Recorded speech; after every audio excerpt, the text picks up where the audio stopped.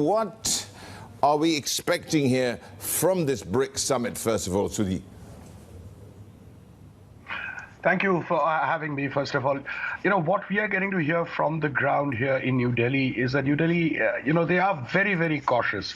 Government is very, very cautious. They don't really want this BRICS summit to be used as a platform for any kind of propaganda, any kind of messaging that could go against the Western world, because India is very, very mindful of what Russia has done in Ukraine. At the same point of time, relationship between India and China are not at their best. In fact, they're quite frozen. The border dispute continues. So India is treading a very, very narrow and straight path. Riz. And we are looking as well to how the Indian Prime Minister Modi plans to balance here the anticipated anti-West messaging that you could hear from Presidents Putin and Xi. What are we expecting there? Well, I mean, to begin with, one of the great things that is working in favor of India is that it's a virtual summit, so there are going to be no, group photographs, meetings, bilaterals on the sidelines of the meeting. There is unlikely to be a Russia, India, China summit, which generally follows a BRICS summit. That is a great relief for us, for India. And at the same point of time, we are going to see India keeping on the narrow and straight agendas of BRICS. It's not going to go into international issues or try to take sides or try to be very careful of the messaging that goes out from there.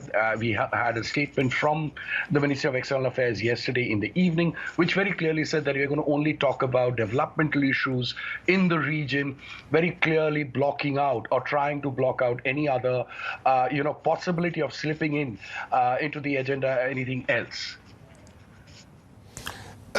Sudhi, are we likely to get a decision here to expand the BRICS? Any new countries here added to, of course, Brazil, Russia, India, China, and South Africa? And who would it be if they did decide to expand it? And how would they change the acronym too, which is probably most important? Well, there is a proposal that, to expand the BRICS, and it's been, kind of moved from China, from Russia, but we don't see a lot of appetite for that.